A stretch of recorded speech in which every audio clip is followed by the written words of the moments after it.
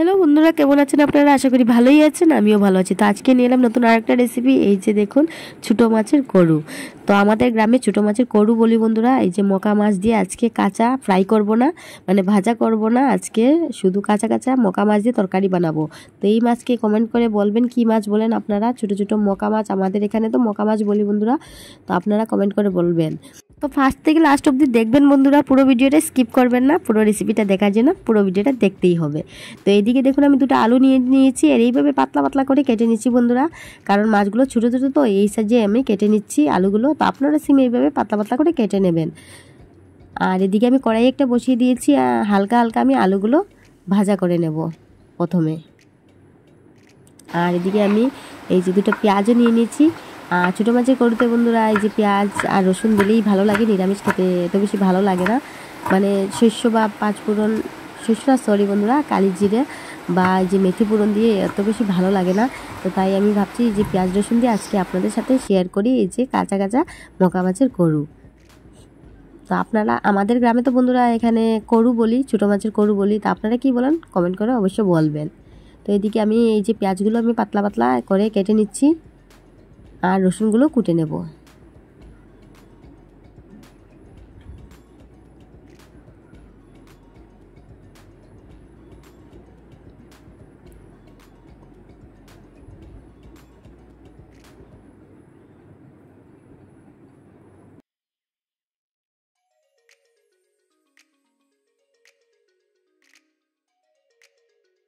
তো এদিকে বন্ধুরা কড়াইটা গরম হয়ে গিয়েছে আর অল্প তেল দিয়ে দিয়েছিলাম, ওগুলো গরম হয়ে গিয়েছে। তো এখন ছেড়ে দিচ্ছি আলুগুলো, কেটে রাখা আলুগুলো ধুয়ে টুয়ে পরিষ্কার করে রেখেছিলাম। তো ছেড়ে দিলাম। তো হালকা হালকা আমি একদম কম আছে ভাজা করে নেব এগুলো।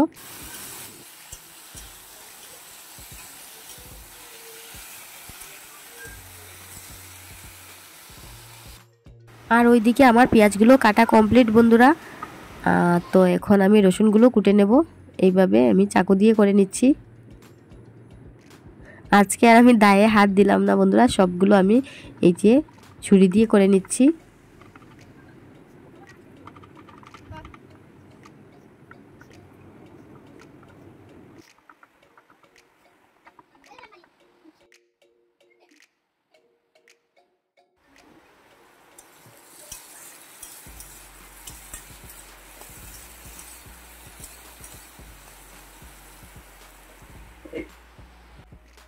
তো আলুগুলো ভাজা করা হয়ে গিয়েছে, তো এখন নামিয়ে নেব।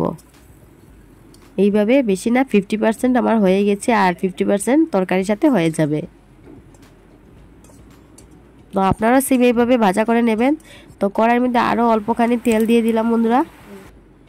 আর তেলের মধ্যে এই যে কেটে রাখা আমি পেঁয়াজগুলো দিয়ে দিলাম, আর কেটে রাখা এই যে কুটে রাখা রসুনগুলোও দিয়ে দিলাম। তো হালকা হালকা আমি ভাজা করব, একদম কম আছে,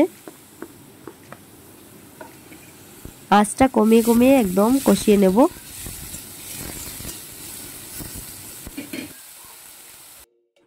তো এক এক করে এখন সবগুলো মশলা দিয়ে দেব বন্ধুরা। হলুদের গুঁড়ো, জিরের গুঁড়ো, লঙ্কার গুঁড়ো আর স্বাদ মতো নুন।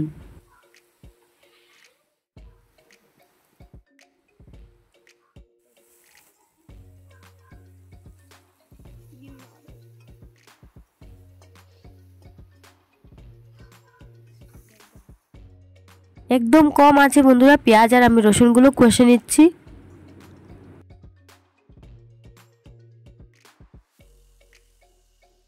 তো ফাইনালি বন্ধুরা এখন এই যে পরিষ্কার করে রাখা মকা মাছগুলো দিয়ে দিচ্ছি কাঁচা কাঁচা, এই যে। আর দিয়ে একদম আলতো হাতে আমি নাড়াচাড়া করব, নইলে মাছগুলো ভেঙে যাবে এইভাবে।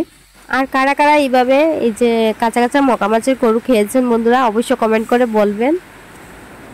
আর যারা যারা না খেয়ে থাকেন এইভাবে বানিয়ে খেয়ে দেখবেন। তো এইভাবে বন্ধুরা আমি এপিট ওপিট পাল্টিয়ে নিচ্ছি। আর জলগুলো শুকিয়ে গিয়েছে মাছের, এখন একদম আলতো হাতে আমি পাল্টিয়ে দিচ্ছি।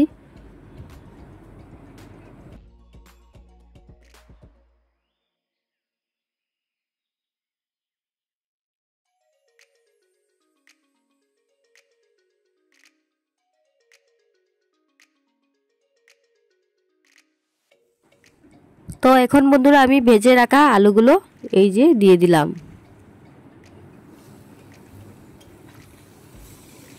তো আবার আলুর সাথে অল্প আমি ভাজা করে নেব কতক্ষণ, এইভাবে আলতো হাতে।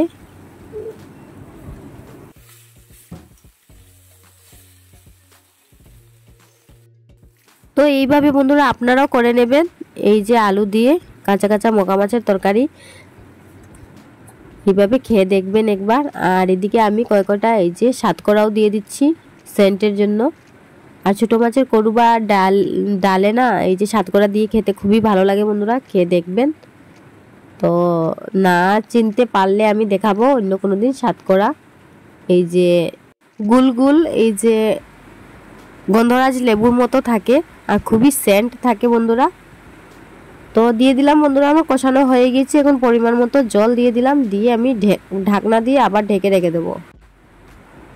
আর ওইদিকে আমি কয়টা চেরা কাঁচা লঙ্কাও দিয়ে দিচ্ছি। তো আবার নাড়াচাড়া করে ঢাকনা দিয়ে ঢেকে রেখে দেবো কম আঁচ করে, মানে গ্যাসের আঁচটা কমিয়ে। এই যে দেখুন ফাইনালি বন্ধুরা হয়ে গেছে। আর ওদিকে আমি গন্ধরাজ লেবুর পাতা কয়টা নিয়ে নিয়েছি সেন্টের জন্য, তো ওগুলো আমি দিয়ে দিলাম ছিঁড়ে ছিঁড়ে। হয়ে গিয়েছে বন্ধুরা, অল্প সময় নাড়াচাড়া করে নামিয়ে নেব। আর বাইরে না বন্ধুরা অনেক বৃষ্টি হচ্ছে, বয়স দিতে বুঝতেই পারছেন বয়সে আসছে। আর আমার না সর্দি জ্বরটা এখনও কমছে না বন্ধুরা, এত সর্দি জ্বর কি বলবো। প্রত্যেক দিন বিকালবেলা আমার জ্বরটা এসে যায়, জানি না বন্ধুরা কি হয়েছে, সর্দিটা কমছেই না। বয়সটা শুনে বুঝতেই পারছেন আপনারা। তো হয়ে গিয়েছে বন্ধুরা এই তরকারিটা মকা মাছের করু, এখন নামিয়ে নেব।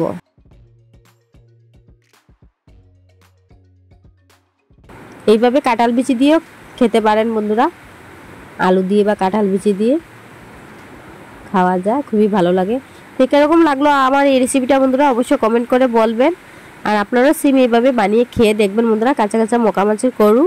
তো আজকের জন্য এতটুকু বন্ধুরা, আবার দেখা হবে নেক্সট কোনো রেসিপি নিয়ে, নেক্সট কোনো ব্লগে। তো টাটা বাই বাই বন্ধুরা, ভালো থাকবেন, সুস্থ থাকবেন। প্লিজ বন্ধুরা অল্প সাপোর্ট করবেন আমাকে, আমার পুরো ভিডিওটা দেখবেন আর কমেন্টে বলবেন কীরকম হয়েছে এই তরকারিটা। তো আজকের জন্য এতটুকু, টাটা বাই বাই, ভালো থাকবেন, সুস্থ থাকবেন, সাথে সাথে লাইক শেয়ার সাবস্ক্রাইব করবেন।